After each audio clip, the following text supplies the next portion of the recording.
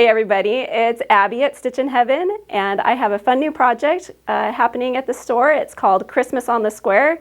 I want to invite you to come on over to our YouTube channel and check us out.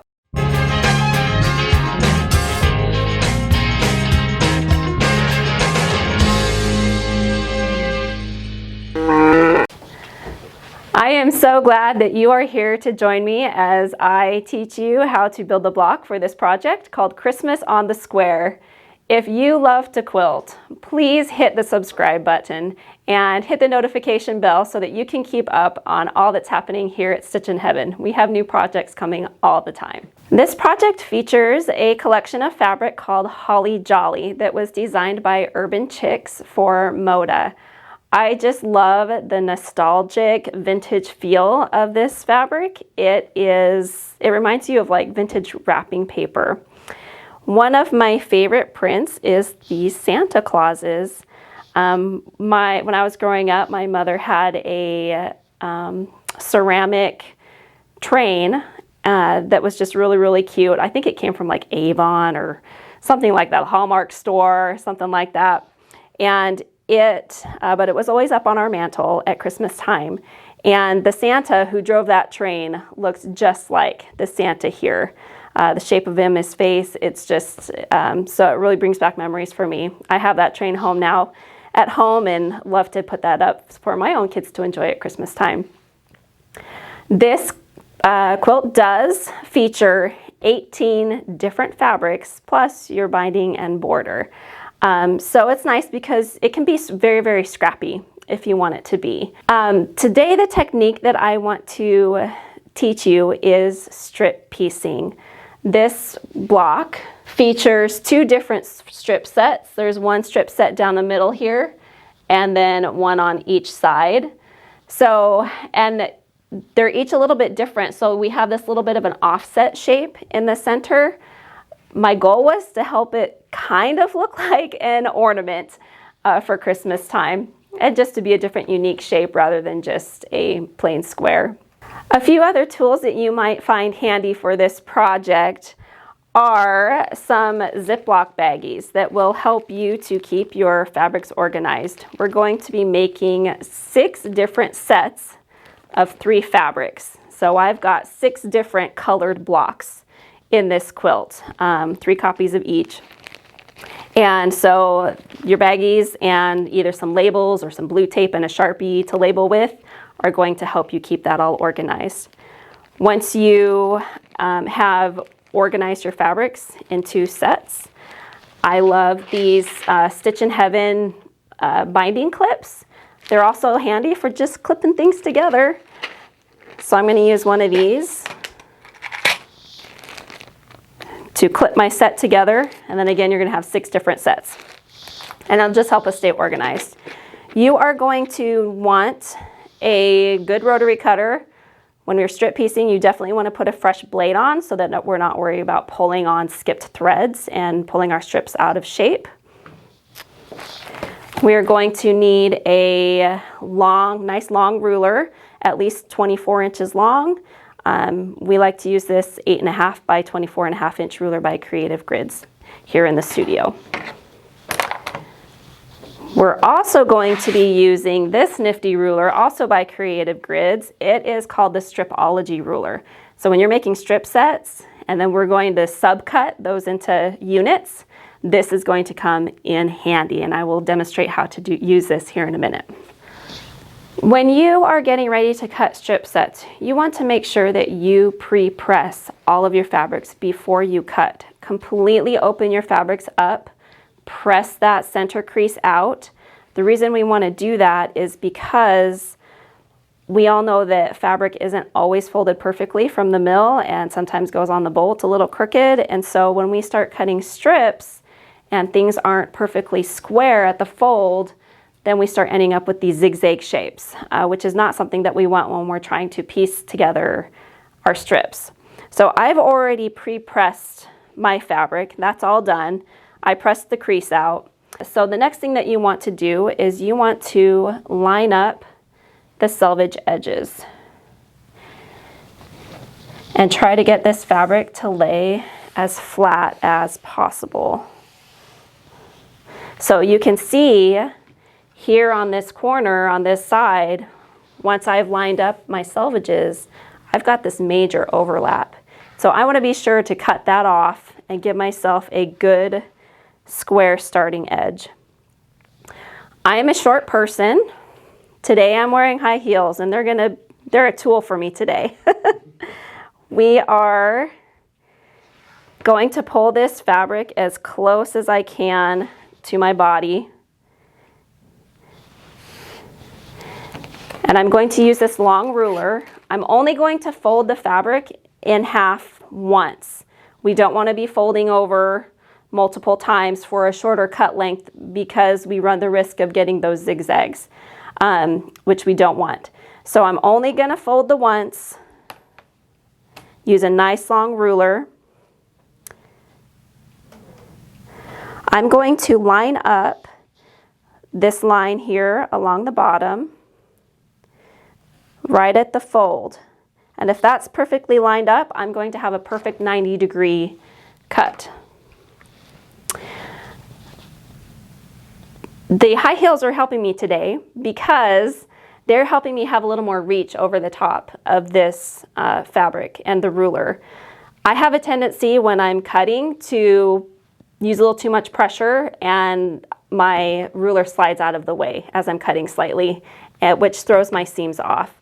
So by leaning over, get that line back up, by leaning over and putting a little more pressure out towards the end, I'm going to help prevent that from getting pushed out of the way. Again, I have a nice sharp blade here so that I don't have to use a ton of pressure. And I'm just going to do a nice gentle slice and pull that out of the way. Once I have a square edge, I'm going to take that and flip it over and place that square edge the opposite of the hand I used to cut. So I'm right-handed, so my cut is on my left side. So I am most concerned right now about lining up the long line of the ruler perfectly with the edge of the fabric. I am going to do a double check just to make sure that the line down here at the bottom at the perpendicular edge on the fold is still lining up well with the fold, so I have a good 90-degree angle. Again, I'm going to press down a little bit further out. I'm cutting a 2.5-inch strip here just for demonstration. And there I've got a nice, perfect strip. When writing this pattern, I wanted to make sure that we're using fabric as efficiently as possible. And so in this pattern, we're actually going to be cutting this strip into shorter strips. We are going to be making 2 different strip sets. Again, this is where these labels are going to come in handy, okay? In this quilt, I have labeled, we have what's called the outer ring / center dot fabric, and then we have a middle ring fabric, and then we have an inner ring fabric. Okay, so that's what these labels are here. So when I go, I have my center dot and outer ring, I have a middle ring, and I have an inner ring fabric. Okay, and we're gonna have 6 different sets of that. So that's why we use the baggies and our handy clip to keep that all organized. I had pre-cut all of my pieces in preparation for this video. So I've got them all laid out here, organized by fabric. For the center dot / outer ring fabric, which is here in this block, it's on the outside ring plus the center. And then I've got my middle fabric, which is this middle ring. And then I've got my inner ring fabric, this pink, which is here. From your center dot / outer ring fabric, you're going to cut 2 2-inch by 12.5-inch strips. And you're going to cut two 2" by 9.5" strips. I'm going to set these ones aside for just a second because they are actually not part of a strip set. Those get added on later. From your middle ring fabric, you're going to cut two 2" by 9.5" strips. You're going to cut two 2.5" by 27" strips. And you're going to cut two 1.5" by 15" strips. Okay, the 2" strips I'm also going to set aside for a step later. From your inner ring fabric, you're going to cut a, let's make sure I've got the right dimension here, a 5.5" by 27" strip, and then two 2.5" by 15" strips. So we're going to arrange these into two different strip sets. So the first strip set, we're going to take our center dot / outer ring fabric and put that in the center. And then we are going to take our 2.5" by 15" of our inner ring fabrics, and it's going to go on either side. Scoot those out of the way. And then we are going to take our 1.5" by 15" middle ring fabric. So we're kind of building this from the center out. Like so. So that's going to be our first strip set. Our second strip set is going to be the 5.5" strip of the inner ring fabric, and then our 2.5" strips of the middle ring fabric, like so. As you're getting ready to sew these strips, I have a couple of tips for you. The first is to adjust the stitch length on your machine to a 2. This is going to reduce the speed at which the fabric moves through the machine. The feed dogs won't be pulling quite so much at a time, and so things will move through more evenly, and you won't have as much gathering. The other tip that I have for you is, of course we want to use a 1/4" foot. I personally don't prefer a guide. I like to be able to see the fabric at the edge of my foot, but a lot of people do like to use a 1/4" foot that has the guide on it, so that you can have that fabric pressed right up against it and make sure that you're keeping a nice even 1/4" seam. So I'm going to start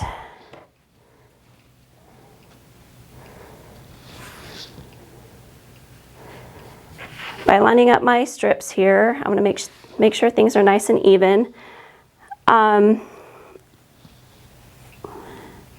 As I bring this to the machine, I'm going to be just kind of very lightly guiding with my left hand. My right hand is going to be holding the strips up just slightly so that there's not a lot of drag. Like, we don't want it hanging down here, dragging and pulling and making things uneven. So I'm going to hold that up so there's not any drag against the machine. I'm going to use my guidelines here on my machine. Make sure that foot is down right at the 1/4". And this is not, I think sometimes when we think, oh, a strip, we're going to go really fast and it's going to go really quickly. It is going to go quickly, but don't have a lead foot. I have a lead foot when I drive, so I have to be careful when I'm sewing. Yeah.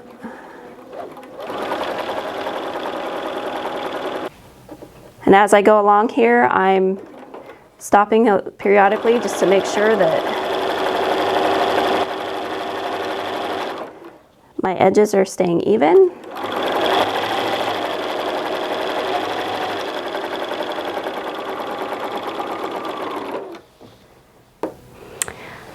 Once we have your first strip sewn together, I'm going to take this over to the iron. As I bring my strip set over to the iron, I'm going to lay it down with the new piece that I just added on top every single time. And then I'm going to push away. When I'm pressing, I'm a finger presser. I like to just make sure that the seam is completely open before I hit it with heat. And we want to be very careful not to be stretching and moving the iron around a whole bunch so that we keep our strips as straight as possible. Okay, I'm going to bring this back over. I'm going to flip that over onto the next piece and get the next one sewn.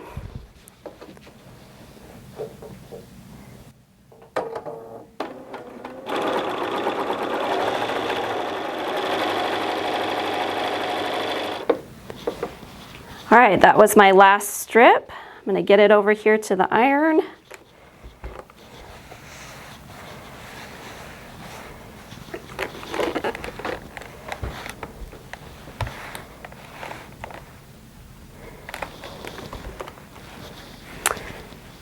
And here we have it, our first strip set complete.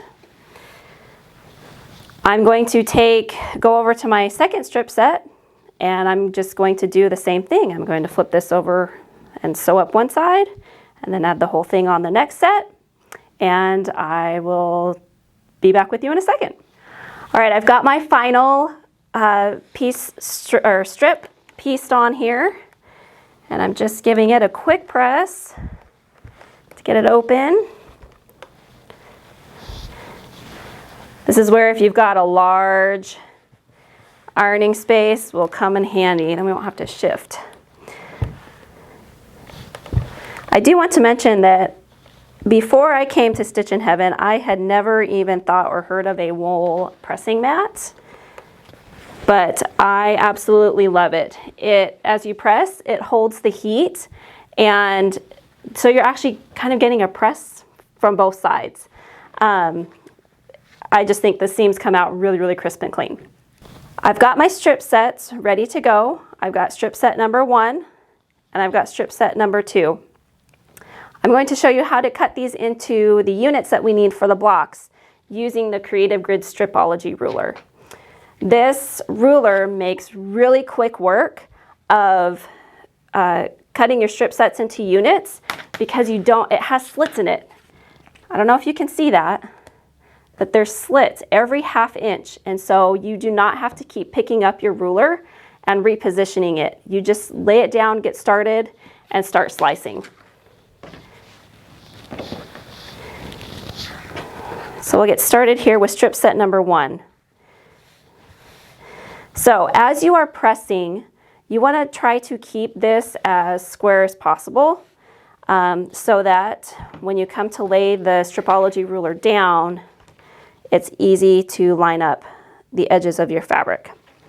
Another great thing about this ruler is it has special markings. Here on the ruler, I have stars that indicate a cut every 1½ inches. So I don't have to sit and think about doing the math, okay, 1½ and then 1½ times 2 is 3. You don't have to think about that. You just follow the star marks if you want 1½ inch cuts. We are actually going to be doing 2½ inch cuts, which are also marked on here with a square. So 2½, 5, 7½, and so on. So I'm going to make sure that my first cut is set at the 0 so that then I can follow and use those squares. I am going to line up the 0 slit just slightly inside the edge of the strip set because, as you can see, my piecing is not perfect and my edges are a little bit uneven, and that happens when you're strip piecing. The pattern allows for a little bit of this waste here, so that's okay. We're going to trim that nice and square. I'm going to place the rotary cutter inside the slit, and I'm not going to move anything. Everything just stays in place. So now I'm just going to watch, and I'm going to go to the next square at 2½ inches, and I'm going to go to the next square at 5, and I'm going to go to the next square, 7½, and so on, until I've gotten as many sets out of this strip set as I possibly can. Let's see, that was 10. I need to follow squares. And there we are. So this last strip is going to be waste because it's not a perfect 2.5 inches. And this first little bit was waste. But now I've got these perfect 2.5 inch subsets. I'm going to do the exact same thing, same measurement from strip set number 2. Now that I have my second strip set cut into units, I actually only need 2 of them, so I'm going to set these extras aside. And from my first strip set, I am going to need just 1. And we are going to arrange them just like that. So you can see that we have kind of this offset shape here in the center. And now what we're going to do is we're going to just flip the outside over the center. The nice thing about this is I don't have to worry about nesting seams or meeting any corners. So this is a very beginner-friendly project. I'm going to take this to the sewing machine. Again, using that good 1/4 inch seam.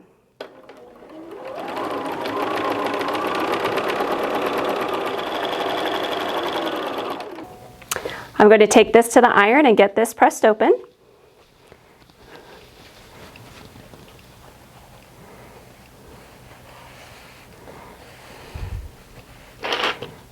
And I am choosing to press this to the outside just because there are fewer seams in this piece of fabric rather than this one. So I feel like that's going to reduce bulk.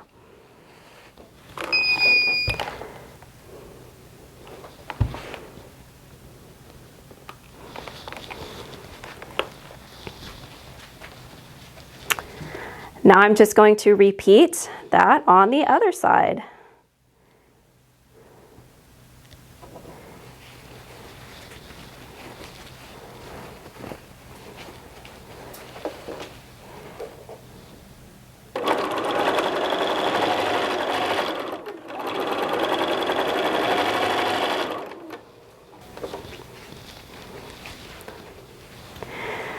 I've got my second unit sewn on here, so I'm going to press that open again towards the outside, the piece that has fewer seams in it.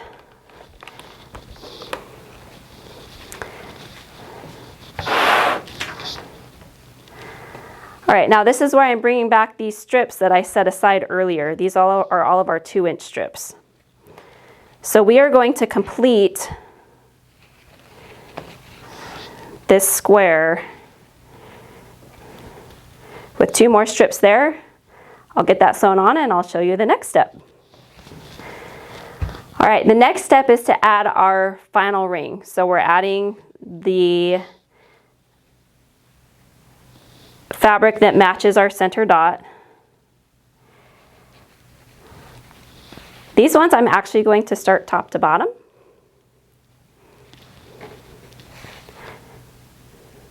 I'm going to sew those on. So I would stitch there and stitch here, press those open. And then I'm going to add my 12.5 inch strips to the sides. So let me get that taken care of and I'll be right back with you. I have got all the rest of the outer ring pieces sewn on here. So this is the complete block. It will, at this stage, it is 12.5 inches. So once it's sewn into the quilt, it will finish at 12 inches. I am so glad that you were here to join me today as I shared with you Christmas on the Square. It's been a fun project. I do want to let you know that we will have kits available in this fabric collection. We'll have a limited quantity, so if you're watching this in the future, I mean, you can try, but they go pretty quick, so grab yours quickly. We also have the pattern available. It will be available in printed paper form as well as a digital download version on our website. So again, that's stitchinheaven.com. Let me know in the comments below what kind of projects you love to work on at Christmas time. Also, if there are any Christmas projects you would like us to produce here at Stitch in Heaven, we love to hear your ideas so that we can put them into production. I will see you next time.